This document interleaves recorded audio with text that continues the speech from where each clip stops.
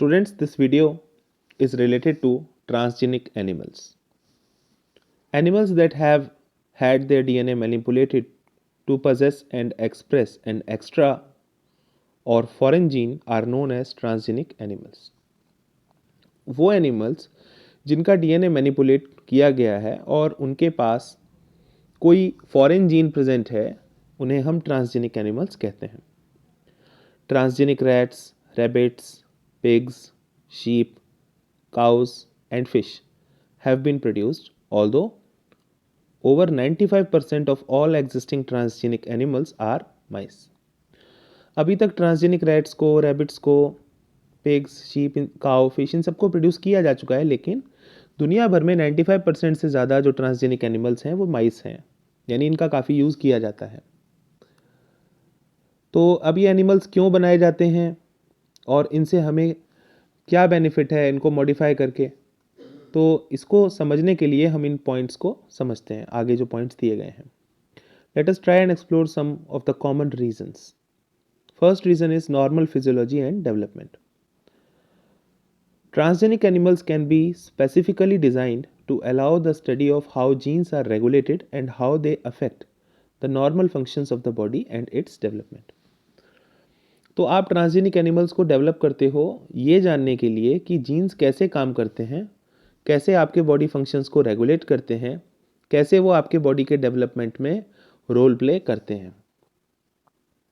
जैसे एग्जाम्पल के तौर पर study of complex factors involved in growth such as insulin like growth factor. जैसे कि हम एक स्टडी करना चाहें कि ग्रोथ में कौन कौन से कॉम्प्लेक्स फैक्टर्स इन्वॉल्व होते हैं, जैसे कि इंसुलिन लाइक ग्रोथ फैक्टर हमारी बॉडी में रिलीज होता है जो कि ग्रोथ को कंट्रोल करता है. तो अगर हम स्टडी करना चाहें कि इंसुलिन लाइक ग्रोथ फैक्टर जो है वो कैसे ग्रोथ को अफेक्ट करता है, तो हम ट्रांसजेनिक माइस का हेल्प ले सकते हैं. तो by introducing genes from other species that alter the formation of this factor and studying the biological effects that result, information is obtained about the biological role of factor in the body. तो आप ऐसा कर सकते हैं कि ऐसे jeans को अपनी बॉडी में, जैसे किसी माइस की बॉडी के अंदर हम ऐसे जीन्स को इंट्रोड्यूस करा सकते हैं जो कि इस फैक्टर की फॉर्मेशन को या इस फैक्टर के फंक्शन को ऑल्टर करें.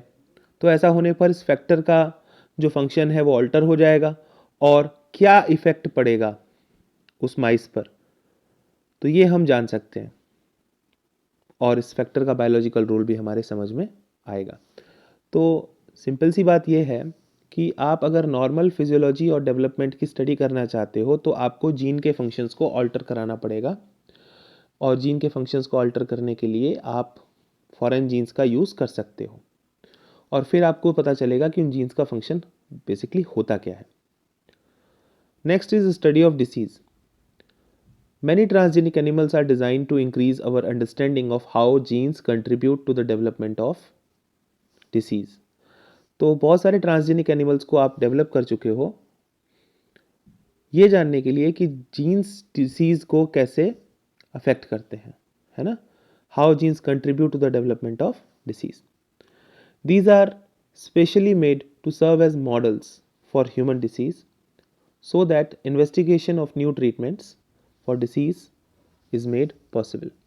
तो आप ट्रांसजेनिक एनिमल्स का यूज़ करते हो, उनको मॉडल बना लेते हो डिसीज़ के लिए. आप उनके बॉडी सिम्टम्स को स्टडी करते हो, उनके अंदर क्या चेंजेस आ रहे हैं ये स्टडी करते हो, और डिसीज़ की स्टडी इस माध्यम से हो जाती है. आजकल बहुत सारे ट्रांसजेनिक मॉडल्स एग्जिस्ट करते हैं हमारी ह्यूमन डिसीज़ के लिए, जैसे कि cancer, cystic fibrosis, rheumatoid arthritis, Alzheimer, इन सब के लिए. Next is the biological products. We can obtain some biological products by transgenic animals. बहुत सारी मेडिसिन ऐसी हैं जो ह्यूमन डिसीज को ठीक करने के लिए चाहिए होती हैं, और उन मेडिसिन को आप बायोलॉजिकली प्रोड्यूस कर सकते हो. ट्रांसजेनिक एनिमल्स आपको एक बहुत अच्छा माध्यम देते हैं कि आप बायोलॉजिकल प्रोडक्ट्स को चीप वे में प्रोड्यूस करो और ज़्यादा से ज़्यादा प्रोड्यूस करो. जैसे इंसुलिन हम आपके साथ डिस्कस कर चुके हैं कि इंसुलिन का प्रोडक्शन ई कोलाई की हेल्प से किया जाता है और बहुत ज़्यादा इंसुलिन को हम प्रोड्यूस कर सकते हैं, जिसकी वजह से वो चीप भी हो जाती है.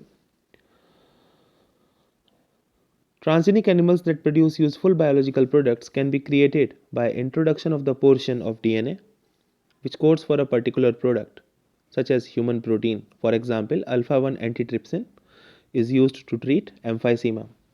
तो एम्फाइसीमा की जो प्रॉब्लम है उसको ट्रीट करने के लिए अल्फा-1 एंटीट्रिप्सिन प्रोटीन की आवश्यकता होती है. ये एक ह्यूमन प्रोटीन है. इस ह्यूमन प्रोटीन को हम ट्रांसजेनिक एनिमल्स के अंदर प्रोड्यूस करा सकते हैं.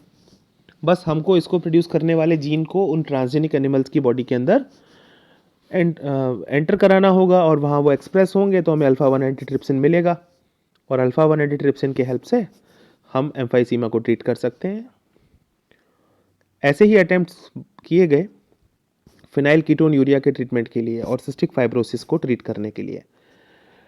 1997 में पहली ट्रांसजेनिक काउ को बनाया गया जिसका नाम था रोजी. ये एक इम्पॉर्टेंट क्वेश्चन है.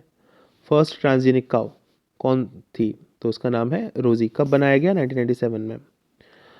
तो रोजी की खास बात क्या थी कि उसने ह्यूमन प्रोटीन को डेवलप किया. बिकॉज वो ट्रांसजेनिक थी तो उसके पास ह्यूमन प्रोटीन फॉर्म करने वाले जीन्स थे.